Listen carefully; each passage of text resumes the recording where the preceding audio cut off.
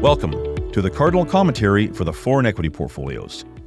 There's no denying that 2023 was a very good year for international stock markets, led by Japan's Nikkei and the S&P 500, which gained 31% and 26% respectively. But the incredible returns on the S&P 500, which finished the year by hitting record highs, weren't broadly based. The top 10 stocks by market cap were not sharing the wealth, and tech giants such as Apple, Alphabet, and Microsoft rose by an astounding 62% during the year, while the other 490 stocks went up by just 8%. We don't believe this trend will continue. In fact, we think a reversal is much more likely.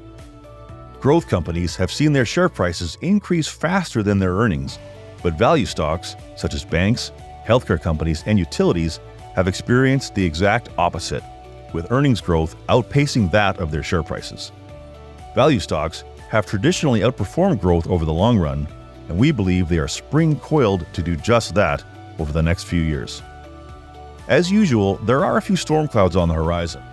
First, there are two wars going on in different parts of the world, and second, more than 60 countries will have elections this year, including the US, and in some of those countries, democracy may be on the ballot.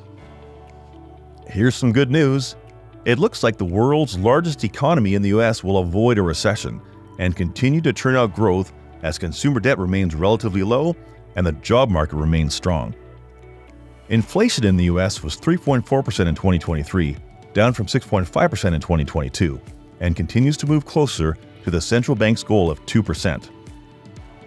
And after 2 years of rising interest rates, Cardinal's Chief Investment Officer Evan Manser believes it's a matter of when, not if, the Federal Reserve will start to lower rates in the US. There is broad agreement rates are going to come down. The debate has become, when are they going to come down? Is it going to be in 3 months or is it going to be in a year? But I think either way, whichever side of the debate you're on, you want to get in ahead of when these rates are cut. And if you go back through the past 6 cycles of interest rate cuts back to 1980, 5 out of 6 times markets have gone up, on average 28% over the following 2-year period. But regardless of what's going on around the world, we continue to invest in companies that can weather any storm. In fact, they often come out of economic downturns even stronger than they were before. NextEra is one of those companies. Evan Manser says on the utilities front, the Florida-based energy provider operates the largest regulated utility in the US. And on the renewable side, it runs the largest renewable energy company in the US, capturing more than 20% of total capacity. And they've grown that business, almost 12% a year over the past 10 years. On the utility side, there's probably a good argument that they're the best utility in the United States. If you talk to Florida Power and Light, they have consistently had lower fees than almost anywhere else in the country, even though they're in Florida, which obviously has hurricanes and they've had to build a lot of underground cables and that type of thing. But they've also got a friendly regulator that needs a lot more electricity because it's a very fast-growing state. So I think we get that growth, and again, it had traded up to 40 times earnings, had a really strong hit as a lot of other renewable companies fell. We were able to buy it at around 15 times earnings, and since then it's been going up, and we think it'll be a short period before they're back over that 20 times earnings, and of course still growing strongly.